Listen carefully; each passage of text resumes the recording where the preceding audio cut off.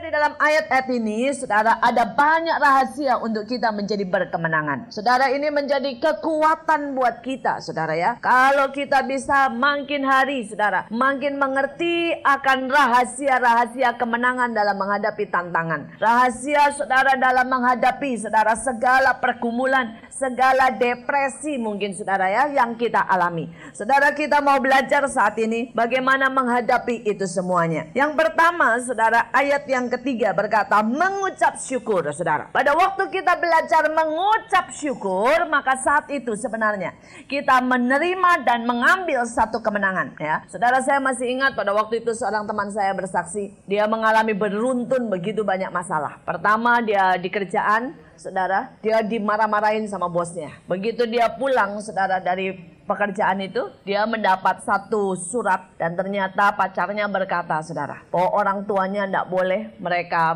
bertunangan, mereka menikah, padahal mereka sudah pacaran cukup lama, 2 tahun. Dan karena itu pacarnya memutuskan, saudara ya, memutuskan hubungan mereka. Saudara, dalam keadaan yang begitu letih, saudara, dalam keadaan yang begitu tertekan, saudara. Pada saat itu, saudara, dia berkata, Tuhan, ya kenapa semuanya ini terjadi? Tuhan tidak bilang apa-apa. Tuhan cuma bilang, bersyukur.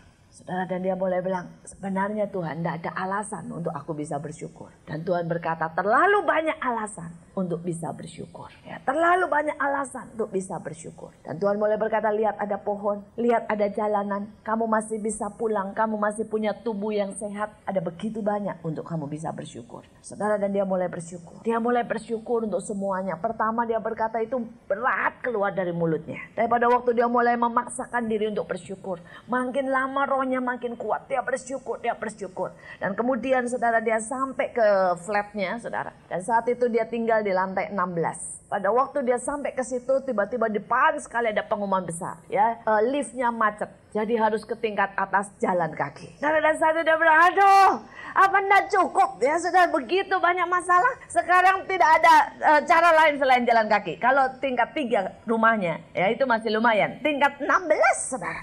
Ya, ini satu persoalan, ini satu beban. Tapi Tuhan berkata, bersyukur. Karena bersyukur itu pertama, ya, gampang. Kalau lagi ada berkat, saudara. Kemudian akan menjadi berat kalau ada masalah. Tapi pada waktu engkau di dalam masalah, engkau bisa bersyukur, saudara. Itu seperti menggali sumur, menggali kekuatan di dalam hidupmu. Tapi Tuhan berkata, tidak cukup itu. Pada waktu engkau bersyukur, naik satu tingkat ke tingkat yang lain, sampai ucapan syukurmu itu makin kuat dan makin kuat, maka engkau sedang mendekati hadirat Tuhan. Saudara, dan saat itu dia mulai bersyukur dari lantai bawah. Dia berkata, makin ke atas itu kaki makin pegel, makin susah rasanya untuk melangkah. Tetapi dia berkata, dia makin bersyukur, makin bersyukur. Tuhan berkata, dalam hidup ini, Tuhan berkata, pada waktu engkau memulai segala sesuatu, kelihatannya enteng, ya, kelihatannya enteng. Di tengah makin berat, tetapi kalau engkau mendekati akhir, saudara, biasanya iblis tahu ini udah dekat, ini udah mencapai kemenangan. Iblis akan menghantam engkau dengan segala macam cara. Saudara, ada begitu banyak orang, saudara, kalah justru pada saat-saat terakhir. Kalau saudara baca Alkitab, saudara, Salomo jatuh tidak pada waktu awal, tidak waktu pada tengah, di akhir, pada masa tuanya. Kalau saudara pelajari, begitu banyak raja-raja jatuh pada waktu akhir. Kalau saudara lihat Daud, saudara, dia jatuh pada waktu semuanya sudah menjadi baik dan mendekati akhir daripada karirnya. Saudara, hati-hati. Hati-hati pada waktu engkau mau mencapai titik kemenangan itu. Biasanya iblis, saudara, memberikan begitu banyak hal. Saudara, seolah-olah pasukannya datang mau menghantam saudara. Tapi pada waktu itu saatnya untuk bersyukur. Karena bersyukur menjaga hati tetap murni. Bersyukur mengeluarkan kotoran. Bersyukur, saudara, membuat kita kuat. Bersyukur, saudara, membuat hidup kita, saudara, menjadi lebih awet muda. Amin, saudara ya. Nah, kita perlu bersyukur, saudara. Kalau saudara orang yang ngomel terus mukanya cepat tua, ya, tetapi orang yang bersyukur, saudara, awet muda. Ya, karena itu mari bersyukur. Dan pada waktu itu akhirnya dia mencapai tingkat 16 dan dia berkata dia udah tidak kuat lagi. Dia buka kamarnya, buka flatnya, kemudian dia rebah di situ. Tapi pada waktu dia rebah, dia merasakan hadirat Allah datang dan turun. Dan dia bisa mengalami lawatan Tuhan di tengah keletihannya. Dan saat itu Tuhan berkata begini, pada saat tubuhmu itu habis kekuatannya, sebenarnya aku sangat dekat dengan engkau. Saudara, banyak orang nak mengerti ini. Seringkali kita berpikir kalau kita full kekuatan, ya, maka di situ Allah dekat. Kenyataannya tidak. Pada waktu engkau habis kekuatanmu, pada waktu engkau sadar, bukan dengan kuat, bukan gagah, tapi dengan Roh Allah. Pada waktu kita sadar bahwa tidak ada apa-apanya kita dan kita bergantung kepada Tuhan. Pada waktu kita sadar, kita mentok sehingga kita akan bisa memberikan semua kemuliaan bagi Tuhan. Tuhan dekat sekali dengan kita. Amin.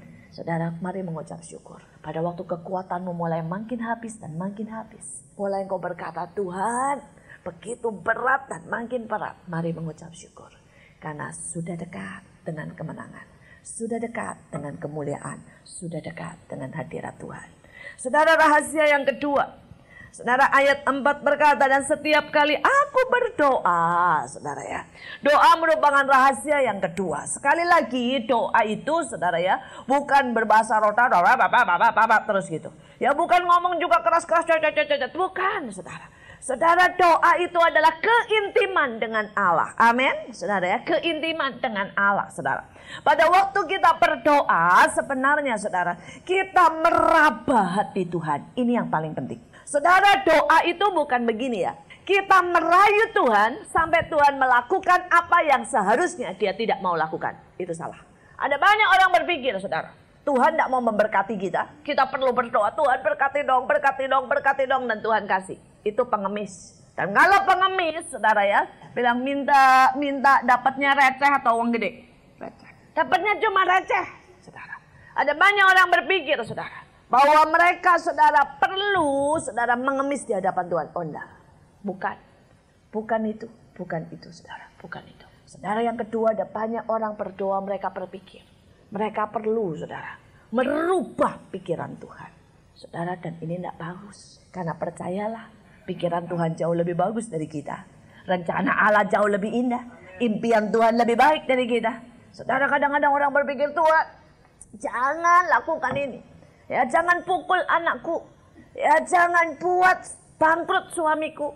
Tuhan, please jangan. Saudara, saya mau berkata, kalau sekali waktu Allah terpaksa pukul anak kita. Kalau sekali waktu Allah perlu pukul proyek suami kita dengan kegagalan. Percayalah, Allah tidak dengan sukacita melakukan itu. Dengan hati yang sakit dia melakukan itu. Tetapi itu demi kebaikan kita. Amin. Saudara bisa percaya? Saudara bisa percaya? Kalau saudara bisa percaya ini, maka doamu tidak perlu seperti itu. Doa bukan untuk mengemis. Doa bukan untuk merubah pikiran Tuhan. Tapi ada satu, doa adalah meraba hati Tuhan. Kita sepakat dengan Tuhan. Dan Alkitab berkata, kalau engkau sepakat dengan Tuhan, maka apa saja akan terjadi. Amin. Saudara, ini kenapa seringkali berkat tertunda? Karena kita tidak sepakat dengan Tuhan. Kenapa seringkali rencana Allah dalam hidup kita tertunda? Karena kita tidak sepakat dengan Tuhan. Kenapa rencana buat pelayanan seringkali tertunda? Kenapa pelayanan tidak bisa berkembang? Karena kita tidak sepakat dengan Tuhan. Saudara mengerti ini? Coba saudara sepakat. Ya. Saudara pelayanan tinggal berdoa, Tuhan, Tuhan maunya apa? Ya, Tuhan maunya apa? Begitu Tuhan bilang, aku maunya ini, sepakat, jadi saudara. Doa itu cuma meraba hati Tuhan. Saudara, cuma meraba hati Tuhan. Sebenarnya main musik atau mimpin pujian itu simple kok. Meraba hati Tuhan. Tuhan maunya lagu apa? Cuma itu, saudara. Tuhan maunya lagu apa? Karena salah lagu, hilang hadirat Tuhan, saudara. Hilang. Kalau Tuhan maunya bilang, aku hari ini kalian lagi maunya bersukacita sorak-sorai. Tapi pemimpin pujiannya nyanyi dengan air mata. Allah mengerti. Tidak ada hadirat Tuhan. Tapi sebaliknya, kalau Tuhan mau berkata, hari ini aku sedang mau memberikan kekuatan baru dengan kasihku.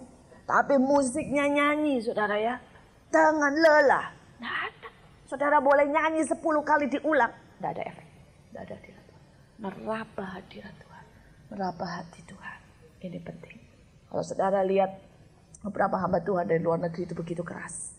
Kalau pemimpin pujiannya tidak benar, tidak bisa tepat lagunya, dia langsung berkata, turun, ganti yang lain. Ada tidak yang tahu hati Tuhan? Sangat penting. Kalau saudara pelajari Alkitab, Elisa, sebelum mereka mau bernubuat, dia bilang, panggil pemain kecapi. Daud, Begitu dia main, hadirat Allah turun. Kuncinya apa? Meraba. Pelayanan yang berhasil itu bukan karena program. Pelayanan yang berhasil itu bukan karena manusia begitu pandai menyusun, saudara. Ya, satu sistem organisasi yang baik. Inti dari segala-galanya adalah meraba hati Tuhan. Dan itu kita dapat dari doa. Pilihan saya seringkali tidak sama dengan pilihan Tuhan. Saudara, berapa kali saudara, saya suka orang ini. Dan saya lihat orang ini pintar. Orang ini baik. Tapi Tuhan bilang, enggak, aku suka yang itu. Dan buat saya tidak peduli. Saya berkata, ya sudah ya. Dia yang Tuhan pilih silakan. Dan setiap kali saya mulai taat. Saya menempatkan orang di tempat yang tepat walaupun kelihatannya tidak cocok. Terjadi sesuatu. Saya ketemu, kadang-kadang saya lihat biasa begitu tiba-tiba di dalam staf saya Tuhan berkata, itu panggil suruh mimpin pujian. Dan saya bilang, kamu maju pimpin pujian. Saudara, dan tiba-tiba hadirat Allah turun. Karena dia menangkap hati Tuhan. Saudara, mari belajar.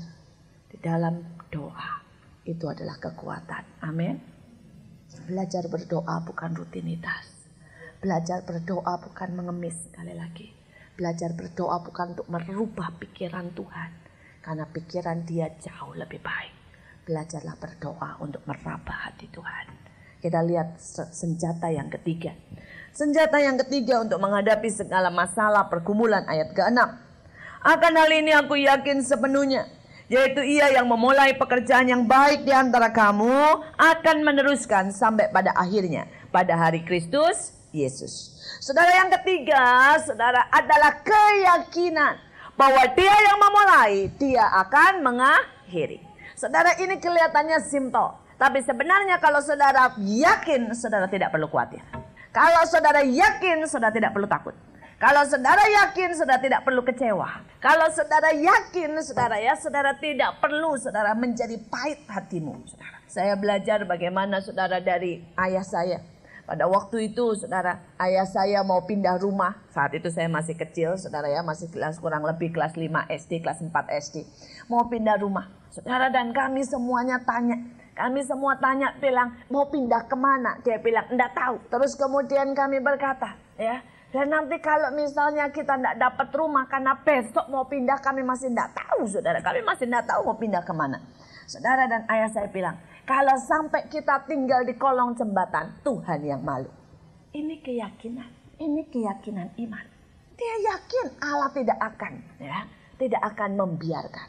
Dia yakin bahwa Allah tidak pernah terlambat. Ini keyakinan, saudara. Saudara, saya melihat bagaimana saudara keyakinan dari hidup orang tua saya. Pada waktu saudara adik saya saat itu pacaran saudara dengan orang yang Tuhan tidak suka. 4 tahun saudara. Dan ayah saya, Tuhan berkata, lepaskan, dia anakku. Saudara, pada waktu Tuhan mulai melepaskan, ayah saya mulai melepaskan, dia berkata, ya Tuhan, itu anakmu. Kelihatannya bukan tambah baik, tambah parah, saudara. Ya, adik saya tambah lengket kayak perangko, saudara, sama perempuan ini. Perempuan ini malah masuk lagi ke kamarnya. Saudara, dan saat itu, saudara, ibu saya sudah panik, bilang, tuh kan tambah parah, tambah parah. Tapi ayah saya berkata, Tuhan bilang suruh diemin kok. Ya diemin aja. Bisa gak kita punya keyakinan seperti itu? Seringkali kita bilang, ya aku yakin. Tuhan bilang diem, kita gatel, ngikutin, pegang-pegang terus. Ya. Seringkali saudara, Tuhan berkata menyerah. Tapi kita lihat makin parah, kita mulai teriak, Tuhan gak bisa dong, gak bisa. Ya parah loh ini Tuhan, parah. Seringkali kita bisa berkata kita yakin. Tapi kenyataannya kita tidak yakin. Saudara. Kenyataannya kita takut, kenyataannya kita ragu. Saudara, seringkali kita bilang kita yakin. Tapi pada waktu Allah menguji kita, ternyata kita tidak yakin. Dan bukan cuma saudara, saya juga. Ya, saya juga. Saudara, ayah saya pernah bersaksi. Pada waktu itu, saudara, dia sudah menyelesaikan semua tugasnya. Dan tiba-tiba Tuhan berkata, saudara, ya, Yusak, kamu sudah menyelesaikan semua tugas. Kalau sekarang aku buang engkau ke neraka, engkau mau bilang apa? Saudara, kalau itu pakai emosi, pasti responnya, saudara ya. Tuhan, ya janganlah. Firman-Mu berkata engkau tidak menghendaki satu orang pun binasa. Pasti ada begitu banyak hal, saudara, yang keluar, saudara. Tapi saat itu ayah saya dengan tenang bisa berkata, aku ini kan sudah dibeli, sudah lunas dibayar. Apapun yang kau mau lakukan, terjadilah. Dan saat itu Tuhan berkata, itu baru hamba-Ku. Dan itu tidak bisa dibuat-buat. Kita tidak bisa ngomong begitu di mulut hati kita, empot-empotan. Ya, tapi satu tidak terima. Saudara dan saya dengar kesaksian itu sudah banyak, saudara, sudah banyak. Tapi kemudian saudara, beberapa waktu ini terjadi 3 bulan yang lalu saudara. Tiba-tiba saudara, di tengah kebaktian saya dengar Tuhan bicara dengan jelas. Tuhan berkata begini, demi menjaga kerendahan hatimu dan supaya engkau menjadi teladan buat orang lain, aku akan membiarkan suamimu jatuh dalam perzinahan. Saudara, saya sudah dengar banyak khotbah ayah saya.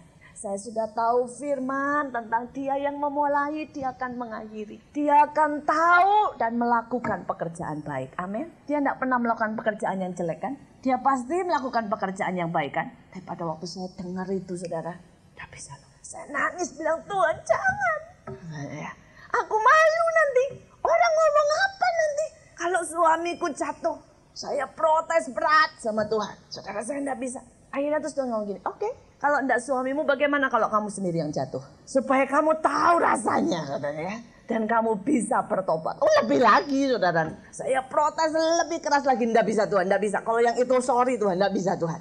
Ya, saya tidak mau bikin malu. Dan saya juga tidak mau malu. Saya tahu bahwa saya tidak mungkin saudara. Untuk menjaga kekudusan tanpa anugerah Tuhan. Saya tahu. Kalau bukan Tuhan yang buat pagar sekeliling hidup saya dan sekeliling hidup suami saya tahu saya tidak bisa saudara. Tapi pada waktu Allah mulai berkata itu, saya tahu itu seperti dia berkata kepada iblis, ya pagarnya aku cabut, engkau boleh melakukan apa saja kepada Ayub. Saudara pernah baca itu kan? Saudara, Ayub bisa begitu baik, bisa sempurna, sukses, karena pagar Allah dalam hidup kita. Saya tahu itu anugerah. Dan pada waktu Tuhan mulai berkata demikian, saya teriak, saya berkata, jangan Tuhan, jangan cabut pagar dalam hidupku. Karena kalau engkau mencabutnya, matilah aku. Saudara, setelah 1 hari 1 malam saya protes sama Tuhan. Tuhan ngomong begini, kamu itu loh kok tetap tidak percaya bahwa aku Allah yang melakukan yang terbaik dalam hidupmu. Saudara, ternyata percaya itu tidak gampang. Kita bilang aku yakin, tapi seringkali kita tidak pernah yakin. Seringkali kita tidak sungguh-sungguh percaya. Seringkali kita tidak bisa berkata ya, engkau yang memulai, aku percaya engkau akan setia mengakhiri. Saudara, kadang-kadang Allah perlu hancurkan sebuah pelayanan sebelum dia merombak menjadi pelayanan yang lebih kokoh. Kadang-kadang Allah perlu saudara, ya, memporak-porandakan hidup kita supaya kita bergantung penuh kepada Allah. Tapi mulailah dengan keyakinan. Kalau saudara yakin akan hal ini, saudara tidak akan tertekan, tidak akan depresi. Juga saudara tidak akan menghakimi orang lain. Ada banyak orang begitu mudah menghakimi orang lain. Lihat tuh, ya dia sudah ditinggalkan Tuhan, sesat. Ya, tapi kalau saudara yakin bahwa Allah yang memulai pekerjaan baik dalam hidupnya, Allah akan setia mengakhirinya. Engkau tidak akan mudah menghakimi. Engkau akan berkata, Tuhan, aku percaya kesetiaan-Mu. Engkau sanggup angkat dia lagi. Amin. Saudara, mari belajar yakin. Mari belajar dan belajar. Saya tahu ini tidak mudah saudara. Saya mengerti. Setiap kali Allah mau berurusan dengan anak saya berdiri di depannya. Dan berkata Tuhan ampuni. Ya setiap kali saudara. Dan Tuhan berkata sampai kapan engkau benar-benar yakin. Engkau benar-benar yakin. Kadang-kadang gak gampang. Salah satu staf saya saudara. Belum apa-apa Tuhan sudah bilang jelas. Dia mau berangkat sekolah ke luar negeri. Dan kemudian pada waktu itu sebelum dia berangkat Tuhan berkata. Bilang sama dia harus jatuh untuk mengenal kasih karunia-Ku. Saudara, saat itu hati saya tidak rela. Saya peluk, saya nangis, saya berkata Tuhan kalau boleh jangan sampai jatuh. Tuhan bilang sampai kapan sih kamu itu bisa percaya? Sampai kapan? Saudara, akhirnya saya berkata ya sudah deh Tuhan. Sudah. Saya bilang saya mau belajar percaya. Dan benar saudara. Dia pergi dan kemudian dia jatuh dalam banyak dosa. Tapi dia telepon saya dan nangis, dia berkata, benar. Sekarang saya mengenal kasih karunia Tuhan dalam arti yang berbeda. Sekarang saya mengenal anugerah Tuhan dalam arti yang berbeda. Sekarang saya bergantung kepada Tuhan. Kalau dulu saya berpikir saya baik itu karena saya memang baik. Sekarang saya tahu. Dia berkata lewat kejatuhan ini saya dibongkar. Saya tahu ternyata ada pejinah, ya spirit jinah itu ada dalam hidup saya. Ya ternyata ada yang namanya pemberontakan, ada yang namanya roh judi. Ya pokoknya segala yang jelek, dan dulu saya pikir itu tidak ada. Tapi Allah mulai bersihkan, bongkar satu persatu, bongkar satu persatu. Saudara, ada banyak orang tidak pernah sadar dirinya ada kesombongan sebelum Allah biarkan dia jatuh dalam kesombongan. Ada banyak orang tidak pernah sadar bahwa dirinya pemarah sebelum Allah buat begitu banyak masalah dia meledak, saudara ya. Saudara, Allah perlu bawa kita. Tujuannya untuk membawa kita kepada akhir yang sempurna. Amin. Mari kita lihat. Mari kita lihat rahasia yang selanjutnya. Ayat yang ke-7. Memang sudah sepatutnya aku berpikir demikian akan kamu semua. Sebab kamu ada dalam hatiku. Oleh karena kamu semua turut mendapat bagian dalam kasih karunia yang diberikan kepadaku. Baik pada waktu aku di penjara maupun pada waktu aku membela dan meneguhkan berita Injil. Saudara, kemenangan atau kekuatan atau rahasia menghadapi tantangan yang keempat adalah kasih karunia. Saudara, kasih karunia. Saudara, tapi ingat, lihat dikatakan mengambil bagian dalam kasih karunia itu bukan berarti diberkati. Itu bukan berarti cuma saudara mendapat promosi. Itu bukan berarti saudara mendapat karunia-karunia ilahi. Tetapi dikatakan mengambil bagian pada waktu aku di penjara. Berarti kasih karunia itu saudara begitu besar. Bentuknya macam-macam. Ya, kasih karunia itu yang pertama, kasih sendiri. Pada waktu seseorang itu penuh dengan kasih Allah, maka kita akan sanggup mengasihi orang-orang di dekat kita. Amin. Itulah yang Allah berikan. Dan pada waktu kita begitu dikasihi, begitu dekat merasakan kasih Allah. Saudara disakiti, saudara akan tetap bisa membalas dengan kasih. Saudara mungkin dihujat, saudara akan tetap bisa membalas kasih. Tapi kalau saudara mulai kosong nih kasih karunianya, kelihatan. Saudara disakiti sedikit, panas saudara, pengen yang balas. Nah, kalau sudah begitu tidak ada cara lain. Masuk dalam hadirat Allah lebih dalam, tangkap kasih karunianya. Amin. Berkata Tuhan, aku butuh kasih-Mu. Peluk, peluk, peluk. Saudara, seringkali suami istri kenapa ribut terus? Istrinya kosong dengan kasih, suaminya kosong dengan kasih. Suami menuntut dari istri, istri menuntut dari suami. Akhirnya ribut, saudara. Akhirnya berantem, tonjok-tonjokan, rebutan kasih dan tidak ada kasih. Tetapi sebaliknya, kalau saudara ini penuh dengan kasih, mengalir keluar. Istrimu atau suamimu juga penuh dengan kasih, mengalir keluar. Maka hidupmu akan dipenuhi dengan kasih. Rumah tanggamu akan dibanjiri dengan kasih. Dan itu akan mengalir kemana-mana. Amin. Saudara, saya belajar. Dulu saya menuntut kasih dari suami saya. Dan saya kecewa. Saudara, tapi pada waktu saya mulai cari kasih dari Tuhan. Sampai kasih itu penuh dalam hidup saya. Saya mulai mengalirkan pada suami. Mengalirkan pada anak-anak. Demikian juga suami saya penuh dengan Tuhan, dia mengalirkan. Dan saya lihat kami di dalam keluarga itu mengalir kasih. Mengalir kasih, kami tidak rebutan kasih, kami mengalir kasih. Sampai pembantu merasakan, sopir merasakan, satpam merasakan. Kenapa saudara? Ya, karena ada sesuatu yang mengalir. Salah satu bukti dan saya lihat bagaimana kasih itu keluar. Saudara, anak saya punya tabungan di bank. Saudara, dan dia tidak berkata begini, "Ma, saya pengen ambil uang tabungan itu buat beli mainan." Udah. Dia berkata begini, "Aduh, saya pengen cepet-cepet Natal nih." Saya bilang, "Buat apa sih cepet Natal?" "Saya pengen ambil uang tabungan saya mau belanja begitu banyak hadiah. Dan saya pengen bagi-bagi." Karena dia tahu setiap Natal dia ambil tabungannya, dia bisa ambil 1 juta. Dan dia beli macam-macam dan dia bagi-bagi kepada semua orang. Saudara, saya kaget. Dia bilang, "Aduh, pengen banget nih Natal," katanya, pengen bagi-bagi. Saudara, ada sesuatu dari dalamnya.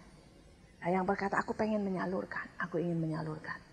Saudara, ada begitu banyak anak yang berkata, "Aku mau hadiah, aku mau ini dan itu." Saudara, barusan ini ada orang telepon dan tanya sama anak saya, berkata, "Kamu mau apa?" Ya, kami mau, dia jalan-jalan ke Singapura dan dia salah satu teman saya dan dia bilang, "Kamu mau oleh-oleh apa? Mau mainan apa?" Dan anak saya bilang, "Enggak tahulah. Semua sudah ada kok," dia bilang. "Ada begitu banyak," dia bilang begitu. "Mainan banyak, pakaian banyak, semua banyak kok," katanya. Saudara, kenapa? Hatinya penuh dengan kasih. itu membuat cukup. Tapi saya ketemu dengan anak orang-orang kaya. Punya mainan segudang. Lihat mainan apa beda dikit aja saudara ya. Bilang mau yang itu. Saudara, ada anak teman saya saudara. Kalau sekarang saudara tahu yang Ciki itu di dalamnya ada kartu saudara ya. Kartu buat adu saudara. Anak-anak itu di semua sekolah sedang bergeming lah begitu. Saudara, dan itu anak-anak kelas 1, kelas 2 itu beli Ciki, beli Citos untuk ngumpulin kartu itu. Dan mereka ada yang punya 17, punya 20, sudah punya segala macam, tidak puas. Saudara, dan saya suka guyon sama anak saya berkata begini. Kamu enggak cari itu. Dia juga main saudara sama temannya. Dia punya paling 5, 6, 7 lah, enggak begitu banyak. Saudara, dan dia bilang, ngapain banyak-banyak? 7 juga cukup kok, menang kalah enggak ditentukan banyaknya kok. Saudara, ada sesuatu yang berbeda. Kalau seseorang penuh di dalam, ya, dia akan cukup. Dia akan punya kerinduan memberi. Tapi kalau seseorang tidak ada kasih, dia akan terus menuntut. Dia akan terus minta, hatinya tidak akan pernah puas. Saudara, karena itu mari. Pertama, kasih karunia ini bicara kasih Allah sendiri. Kasih Allah ini membuat engkau akan memberkati banyak orang, menyentuh banyak orang. Karena di dunia ini yang paling dicari adalah kasih. Yang kedua adalah karunia. Saudara, karunia ini Alkitab berkata ada banyak. Ya.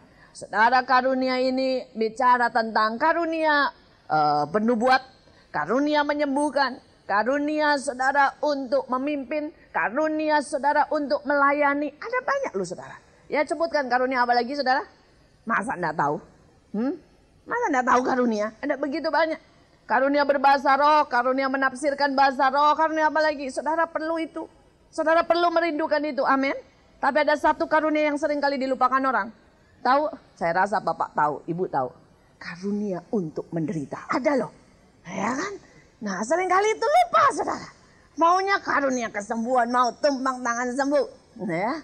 Maunya karunia saudara ya untuk membangkitkan orang mati. Untuk bikin mujizat. Tetapi lupa satu karunia yang Tuhan juga sediakan. Karunia untuk menderita. Saudara, padahal itu karunia juga. Nah, ini semua diberikan kepada kita. Diberikan kepada kita. Saudara, dan kita harus minta. Kita harus melakukan. Kita harus mulai berjalan dalam karunia. Amin. Orang Kristen banyak berpikir, saya belum kerasa kok. Saya enggak kerasa kalau saya punya karunia kesembuhan. Memangnya saudara perlu bergetar-getar baru tahu. Tangannya bergoyang ini karunia kesembuhan. Enggak toh. Saudara, pada waktu anakmu sakit, doa tumpang tangan. Engkau akan lihat terjadi sesuatu. Karunia itu keluar pada waktu kita mulai melayani. Karunia itu keluar pada waktu kita membutuhkan. Saudara jujur kalau saudara tanya, Ibu Iin punya karunia apa? Enggak tahu saya. Tetapi berapa kali pada waktu kesembuhan ilahi saya tumpang tangan orang sembuh. Dan orang yang berkata, Bu, saya ngerasa panas dari ujung rambut sampai ujung kaki. Dan dia tanya, Ibu tadi merasakan enggak keluar panas dari tangan Ibu? Enggak tuh. Ini bukan silat saudara yang saya bisa keluarkan panas gitu ya. Saya enggak perlu keluar panas, Tuhan sendiri yang mengeluarkan. Amin. Sebagian lagi berkata pada waktu ibu menyentuh tiba-tiba rasa dingin. Dan saya mulai menangis merasa dikasih. Ibu kerasa enggak keluar dingin? Enggak.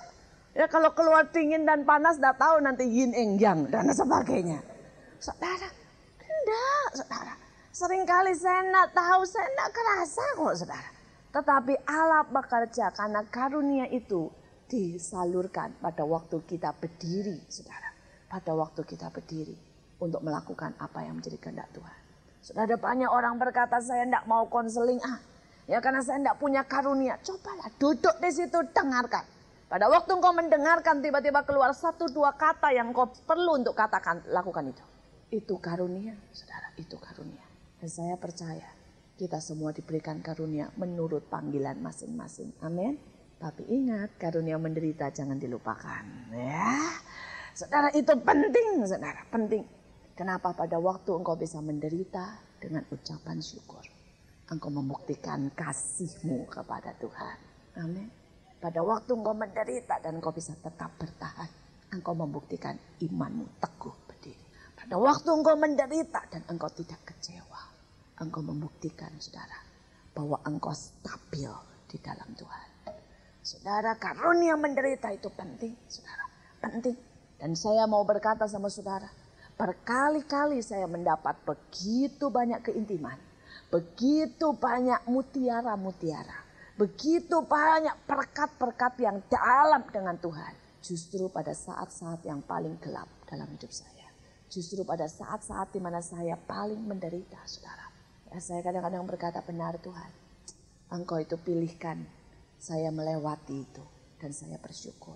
Saudara, salah satu contohnya pada waktu kista berapa bulan yang lalu, saudara, bulan Mei yang lalu. Saudara, pada waktu itu saya punya kista. Ya, ada kista ditemukan. Pertama itu cuma kecil sekali, saudara. Ya, cuma sekitar 2 cm atau 3 cm, kecil sekali. Dan pada waktu itu, saudara, saya tanpa tanya Tuhan, pakai tumpang tangan, saudara ya. Dan karena saya percaya, buat Tuhan kista 2 cm, 3 cm, apa susahnya sih? Ya itu begitu gampang kalau Allah mau berkata. Saya mulai tumpang tangan sembuh. Tapi setiap kali saya berkata dalam nama Yesus sembuh, Tuhan itu ngomong begini, siapa yang suruh? Katanya gitu ya. Itu selalu, saudara. Selalu, saudara, di telinga. Saudara, ya siapa yang suruh tumpang tangan? Dan saudara mau tahu, setiap kali saya tumpang tangan berkata dalam nama Yesus sembuh, dalam nama Yesus mengecil, saudara, kemudian saya selalu merasa itu bergerak. Itu kayak bergerak di dalam, saudara. Dan kemudian saudara, sebulan kemudian saya kontrol, nambah 5 cm, saudara ya. Jadi setiap ditumbangin tangan bukan tambah kecil, tambah gede, saudara. Karena bukan itu yang Tuhan suruh. Bukan itu yang Tuhan suruh. Saudara, tapi kemudian itu membesar. Membesar, saudara. Sampai akhirnya membesar, cukup besar sekali. Dan saat itu sakitnya minta ampun. Tapi justru di situ Tuhan berkata, ini yang aku mau ajarkan kepadamu. Supaya engkau tidak pernah berdiri atas kekuatanmu sendiri. Tapi kekuatanku. Saudara, itu kalau sedang mulai sakit ya, itu sakitnya bisa kapan saja muncul, saudara. Terutama kalau saya lelah dan kalau saya banyak berdiri. Saudara, memang dokter yang bilang kondisinya itu pokoknya nggak boleh berdiri seharusnya. Dia tempatnya khusus yang akan sakit kalau saya berdiri dan berjalan dan kalau saya capek. Saudara, dan setiap kali saudara saya mulai capek, saudara, itu mulai cenut dan sakitnya itu sampai ke pinggang, sampai ke kepala, sampai ke kaki, saudara. Kadang-kadang saya untuk berdiri 5 menit saja tidak kuat. Sakit sekali. Tapi yang aneh, saudara. Setiap kali saya mau khotbah, saya berkata, Tuhan, saya mau khotbah. Orang tidak tahu saya sakit sekali. Saya bilang, kalau bukan engkau, saya tidak mungkin. Saya begitu maju ke depan, itu hilang sampai selesai. Saudara. Hilang. Dan Tuhan berkata, lihat, kasih karuniaku cukup bagimu. Kadang-kadang, saudara, yang lebih lucu lagi, saudara. Saya melihat benar-benar itu kekuatan Tuhan. Pada waktu itu saya di Surabaya, saya mesti khotbah 4 kali dan pengurapan buat 700 orang. Pengurapan buat 700 orang.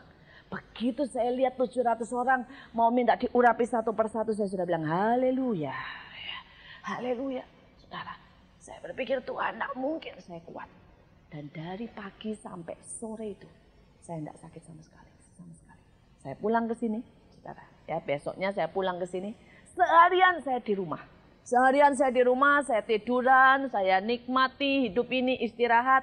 Sorenya saya khotbah cuma 1 kali. Yaitu KKR pemuda cuma sekali. Dan saya berpikir gini, saya sudah istirahat seharian. Ya, maka berarti saya tidak akan punya masalah dengan hal itu. Kemarin saya khotbah seharian, Tuhan buat sama sekali tidak sakit. Hari ini saya sudah istirahat, maka oke. Dan saya jujur tidak bergantung sama Tuhan.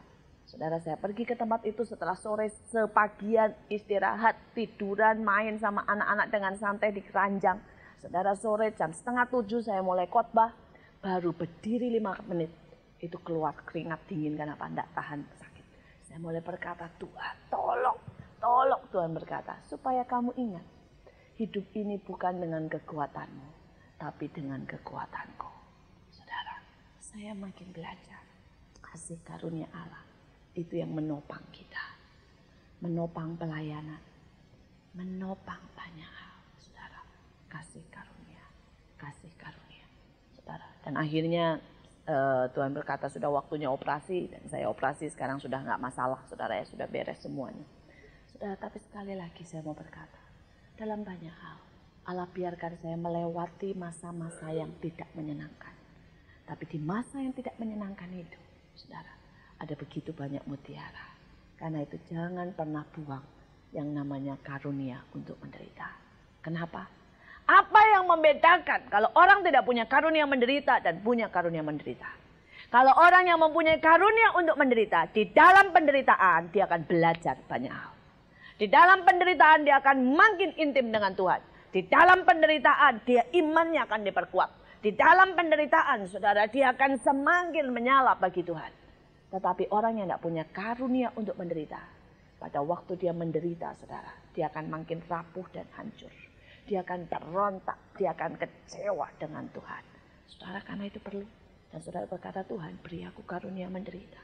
Supaya aku belajar dalam setiap keadaan. Amin, saudara. Belajar dalam setiap keadaan. Saudara, kasih karunia ini bicara juga tentang pengampunan. Ada banyak orang saudara pada waktu dia mengalami dosa, kejatuhan. Dan dia berpikir bahwa Tuhan sudah meninggalkan dia. Atau Tuhan akan menghukum dia. Saudara, dan seringkali pada saat itu orang mulai menjadi suam dan mundur dan mundur dan mundur dan makin jauh sama Tuhan. Tapi saya mau berkata saudara, kasih karunia-Nya itu membuat setiap kali kita bertobat, maka dia menyediakan jubah baru, dia menyediakan cincin baru, dia menyediakan full kasih-Nya buat setiap dari kita. Amin. Saudara, kita lihat apa yang terjadi saudara. Kita lihat apa yang terjadi dengan anak bungsu. Bapaknya itu memeluk saudara.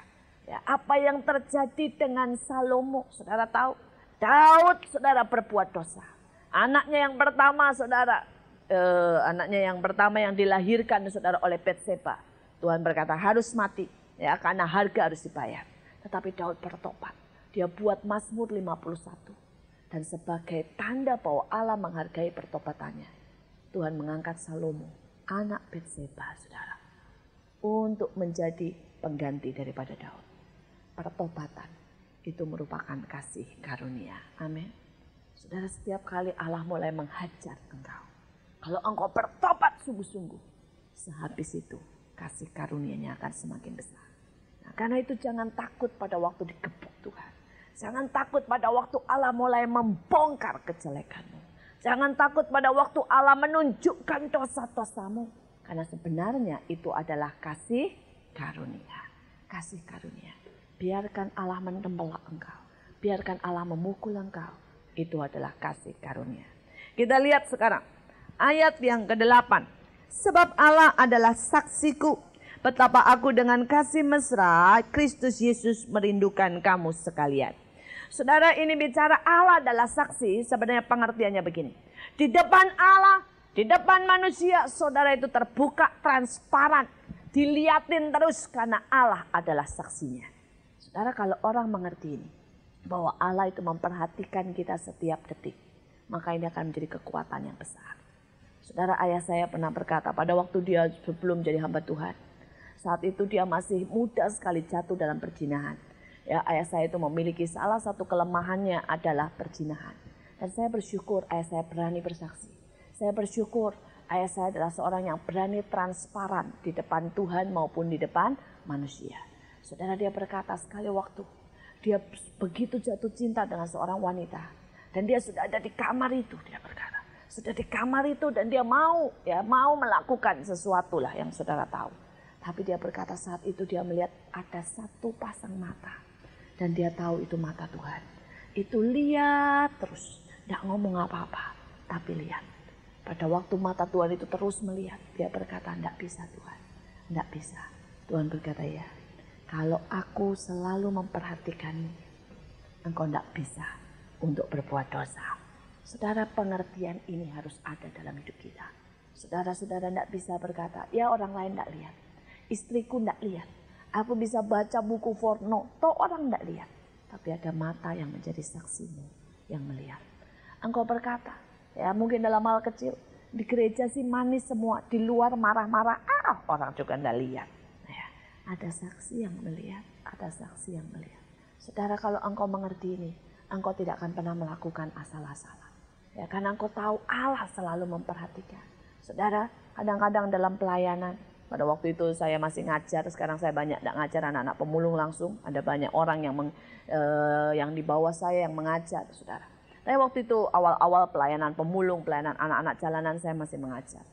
Saat itu saudara, rumah saya penuh sesak dengan pemulung, dengan anak-anak jalanan, baunya minta ampun. Rumah saya itu tidak terlalu besar, didedek isi 350 anak saudara, balkon, belakang, depan semuanya penuh. Dan anak-anak ini tidak bisa diatur, teriak-teriak minta makanan, ramenya minta ampun. Kemudian mulailah emosi saya bangkit karena begini, saya itu aslinya kasarnya minta ampun saudara ya. Asli saya itu gualak saudara. Dan saya ini anak perempuan, di bawah saya itu begitu banyak anak laki, jadi saya biasa teriak, biasa bergulat, biasa marah saudara. Nah saudara, pada waktu saya lihat begitu, saya mulai teriak, saya mulai maki mereka. Saya mulai berkata, "Ndak tahu diri ya, ndak bisa diam ya." Wow, udah mulai saya maki-maki, ya nggak maki-maki binatang, tapi mulai marah saudara, saya benar-benar marah. Saya bilang, "Kalau ndak bisa, ndak tahu aturan, ya, ndak usah datang lagi." Oh, udah saya maki. Saudara, begitu saya maki keluar 3 kalimat saudara ya. Tiba-tiba itu Tuhan berkata jelas. Dia bilang, "Bukankah yang kau lakukan untuk orang yang paling hina, engkau lakukan untuk aku? Beginikah caramu memperlakukanku, memaki aku?" Langsung lemes saudara, langsung bilang, "Anak-anak," gitu ya, langsung manis. Kalau saudara mengerti saudara, bahwa pada waktu saudara memaki staf saudara, saudara bukan memaki dia, ada saksi, ada saksi. Pada waktu kau menyakiti istrimu, ada saksi. Pada waktu engkau meremehkan anakmu, ada saksi. Saudara, mari lakukan yang terbaik buat Tuhan. Amin. Lakukan. Alkitab berkata, apapun yang kau buat, lakukan seperti untuk Tuhan. Amin. Semuanya, semuanya. Dan kalau saudara belajar ini, saya mengerti dan karena saya lihat benar-benar Tuhan itu seperti itu. Saudara, sekali waktu saya gambar. Dan saya gambar saudara, ya dengan uring-uringan waktu itu saya masih di Belanda. Dengan kesal, saya bilang saya tidak suka gambar, saya tidak suka gambar, saya bilang. Saudara, dan Tuhan juga berkata, kalau engkau melakukan dengan sungut-sungut, dengan kemarahan, tidak ada hasilnya. Dan engkau tidak akan pernah bisa jadi hambaku, kalau engkau tidak belajar menyukai apa yang aku perintahkan kepadamu.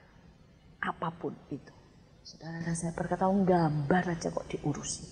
Tuhan bilang, ya, karena aku adalah saksi yang setia, yang selalu memperhatikan engkau. Saya mulai belajar setiap kali saya menggambar, saya ini arsitek tapi tidak suka gambar, memang aneh saya itu. Saudara, setiap kali saya menggambar, saudara, saya mulai berkata, Tuhan, aku bersyukur. Saya mulai menyanyi, saya mulai menggambar dengan manis, saudara. Dan Tuhan berkata, iya, aku mau itu, aku mau itu.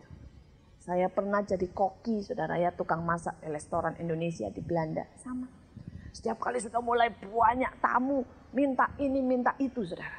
Saya itu nakal, saudara. Saya pikirkan orang Belanda itu kan tidak ngerti, saudara ya.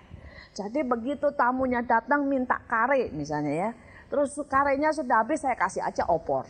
Ya, buat saya, sudahlah, gitu ya. Nah, repot mesti bikin kare lagi malam-malam. Misalnya itu sudah jam 8 gitu, jam 7, malas saya, saudara. Dan kadang-kadang saya lebih bandel lagi, saudara. Itu kalau saya sudah malas, saudara, semua misalnya ya orang apa tongseng gitu ya. Yang sisa apa saya masukin semua, saya udah aja jadi satu saya keluarin, saudara. Saya tuh berantakan banget dulu, saudara ya. Kami saya bilang, kadang-kadang kalau istri saya yang masak rawon keluar lendang katanya ya. Saudara, udah enggak tahu lah dia kalau masak begitu katanya ya. Saudara, saya suka begitu, dan Tuhan marah. Tuhan marah. Orangnya sih enggak tahu, orang Belanda kan enggak tahu ya persisnya rendang itu apa, enggak tahu saudara. Kemudian persisnya rawon tongseng apa, enggak tahu, saya keluarin apa juga iya aja saudara ya. Saudara, tetapi Tuhan berkata enggak bisa. Menghormati Tuhan. Ya saya kan berarti tidak menghormati bos saya dong. Nanti yang dimarahin kan bos saya, yang namanya jelek kan restoran bos saya, betul? Dan Tuhan berkata, kalau kamu belajar seperti ini, ya, melakukan dengan asal-asalan, engkau tidak akan pernah punya staf yang akan melakukan dengan baik. Karena aku saksi yang setia. Apa yang kau tabur itu yang kau tuai. Saudara, sampai hal-hal kecil. Saya belajar dan saya belajar. Saudara, saya ini bandel lah saudara. Banget. Ya. Tetapi saya belajar bahwa ada saksi yang setia. Saksi yang setia. Dan itu membuat saya berkata, Tuhan, ajari aku melakukan dengan hati. Ajari aku melakukan dengan yang terbaik. Ajari aku melakukan dengan senyum. Ajari aku melakukan dengan manis. Bukan untuk manusia, tapi untuk engkau. Kita lihat. Ayat yang ke-9, saudara. Dan inilah doaku, Semoga kasih-Mu makin melimpah dalam pengetahuan yang benar dan dalam segala macam pengertian. Saudara, senjata yang selanjutnya adalah pengetahuan. Ada banyak anak Tuhan mandek pengetahuannya. Saudara, kenapa? Karena mereka malas baca Alkitab. Ya, malas karena mereka pikir udah tahu. Ya ceritanya begitu-begitu saja. Oh enggak. Alkitab itu begitu kaya, Tuhan akan berikan pengetahuan. Ya, saya mau bilang begini. Pada waktu anak kelas 1, dia belajar matematika enggak? Belajar. Anak SMP belajar matematika enggak? Belajar. Anak universitas belajar matematika enggak? Belajar. Tapi materinya beda. Betul? Sama. Pada waktu tingkatan imanmu, saudara ya. Baru kelas 1 SD, engkau baca Alkitab, engkau akan belajar materi anak kelas 1. Tapi pada waktu engkau naik kelas 3, jangan berhenti baca Alkitab. Baca. Allah akan mulai membukakan materi buat kelas 3. Pada waktu engkau universitas, baca lagi.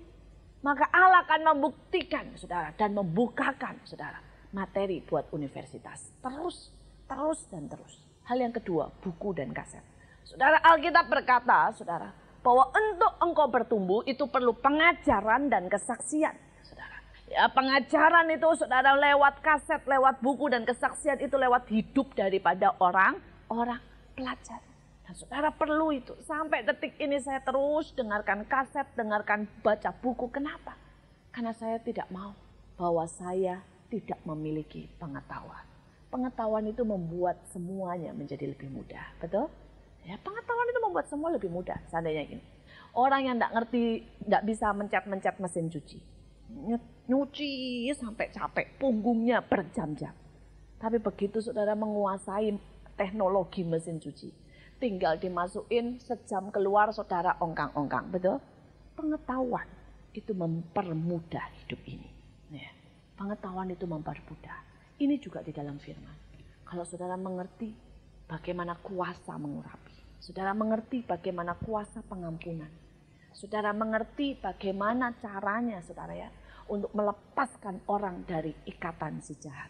Kalau saudara mengerti betapa gampangnya menumpang tangan dan terjadi kesembuhan, maka semuanya akan sangat mudah. Ya, sangat mudah.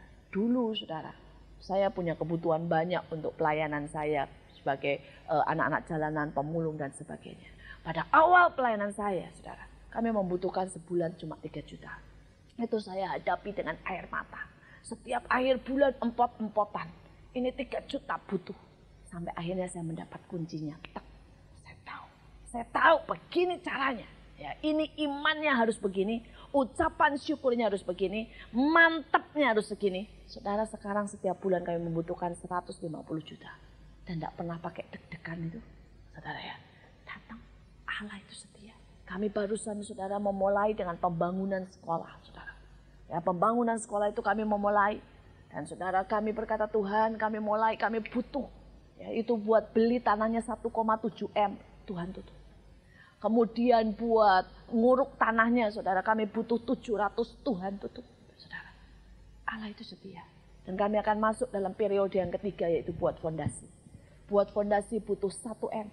Dan orang berkata 1 M. Ya, dekat-dekat Natal begini, dekat Lebaran, semua lagi resesi. Saya berkata, saya tahu. Kalau Allah sudah membuka, tidak ada yang bisa menutup. Amin. Saudara, setiap dari kita mesti mengerti. Itu pengetahuan. Makanya jangan malas. Kalau ada seminar BPK ekonomi, datang, dengerin. Karena kalau saudara tahu kunci-kunci mendapat berkat, kenapa tidak dilakukan? Kalau saudara ada seminar tentang menjadi bapak yang baik, atau seminar menjadi pria sejati, datang. Ya, karena kalau saudara tahu banyak kali saudara kita itu ditutup. Seperti salah satu contohnya ini saudara, ini yang terakhir yang saya baru tahu. Saya itu dulu sering marah saudara sama pria, jujur saudara. Kenapa? Karena saya berpikir pria itu kok enggak bisa mengerti perasaan. Ya, susah untuk mengerti perasaan orang. Yang kedua, saya berpikir gini, pria itu ya kok enggak bisa melihat lebih dalam. Artinya begini, mereka melihat selalu apa yang nyata, tetapi tidak melihat pelajaran di balik itu. Nah, ya. Kemudian saya juga melihat anak saya, misalnya gini, sudah kejeduk ya, misalnya loncat kejeduk JDR, kok ya diulangi lagi, sampai 5 kali kejeduk ya diulangi lagi. Nah, ya. Saya bilang, ada apa dengan pria punya kebebalan tersendiri? Menurut saya itu kebebalan, saudara ya. Dan saya lihat itu, saudara, bukan cuma buat anak saya. Itu saya lihat di staf saya. Saya lihat, saudara, ada satu metode khusus, bentuk khusus, saudara. Di mana saya berkata, kenapa sih susah banget ngomong sama pria, saya bilang. Sampai saya baca sebuah buku. Dan buku itu menjelaskan tentang hormon yang ada dalam tubuh ini. Dan dia bilang beda sekali antara hormon pria dengan hormon wanita. Hormon pria, testosteron itu, saudara ya. Itu memang Tuhan membuat orang itu pantang menyerah. Jadi artinya nabrak, dia bilang enggak apa-apa, besok coba lagi ya. Itu memang dibuat. Dia bilang hormon itu membuat dia bilang kalau hormon itu tidak ada, maka pemain basket yang hebat, pemain sepak bola tidak akan pernah, saudara, jadi. Karena hormon itu membuat orang tidak menyerah. Hormon itu membuat orang berjuang. Dan itu sudah diteliti. Orang yang paling juara-juara dalam basket, dalam perlombaan, di dalam bisnis, saudara, orang yang nekat, orang yang mati-matian, itu hormonnya tinggi sekali. Tinggi sekali. Jadi memang itu dibuat. Pria itu memang dibuat begitu, pantang menyerah. Jadi Tuhan berkata kalau itu tidak ada prestasi di dunia ini. Itu dibuat untuk maju. Dan itu ada di dalam diri wanita, tetapi kadarnya lebih rendah, saudara. Sebaliknya ada hormon buat wanita. Dan hormon buat wanita ini diberi untuk mengalah. Kecenderungannya untuk ngalah. Kecenderungannya untuk merawat. Kecenderungannya ya asal kamu senang bahagia deh saya, saudara ya. Ini memang diberi seperti itu. Dan pada waktu saya mulai baca tentang hormon-hormon, saya berkata, oh ternyata pria itu bukan bebal ya. Memang Allah kasih senjata khusus gitu ya. Untuk terus maju, saudara ya. Kemudian di situ berkata kalau bicara sama pria, dia bicara soal mendidik anak, dia bilang hadapkan fakta. Karena pria selalu mencari fakta. Itu akan mudah dia tangkap. Tapi kalau engkau bicara tentang sesuatu yang tidak fakta, pria tidak bisa nangkap. Kenapa? Otaknya memang dibuat begitu, hormonnya memang begitu. Gua mau lihat yang fakta, gitu ya. Dan sedangkan yang wanita lain, saudara. Dan pada waktu saya baca banyak, membuat saya lebih gampang lah. Membuat saya tidak marah kalau teman-teman pria saya atau staf saya pria selalu berkata, Cici ngomongnya tidak jelas sih. Ya selalu staf saya yang pria itu selalu berkata gitu. Kamu ngomongnya tidak jelas. Itu membuat saya sering bentrok sama mereka. Sekarang sejak saya baca buku itu, pengetahuan itu, saya bilang, oh sekarang yang buat pria saya tulis pakai fakta. Fakta berbicara. Ya, saudara ya. Lain, saudara. Sekarang jelas, saudara ya. Pengetahuan itu menolong. Pengetahuan itu menolong. Karena itu jangan berhenti belajar. Jangan berhenti belajar. Ada banyak, saudara. Saya senang sekali belajar tentang hormon ini, luar biasa. Katanya kalau saudara mau flu ya, terus kemudian bayangkan yang indah-indah seperti saudara jatuh cinta. Itu nanti hormonnya mengerjakan satu imunisasi, mengerjakan satu memompa saudara ya, satu aliran kekebalan di seluruh tubuh. Dia bilang kenapa semua orang jatuh cinta itu tidak pernah tahu capek, terus semangat, betul kan saudara ya. Nah itu karena dipacu hormon saudara. Dan itu benar menyembuhkan. Dia bilang, karena itu obat jauh lebih baik, dia bilang, daripada obat yang kita minum vitamin C dan sebagainya. Jadi dia bilang kalau Anda mau flu, dia bilang itu buku kedokteran loh saudara. Sebenarnya bayangkan sampai saudara rasanya jatuh cinta, senyum-senyum sendiri, nanti kan cepat sembuh katanya.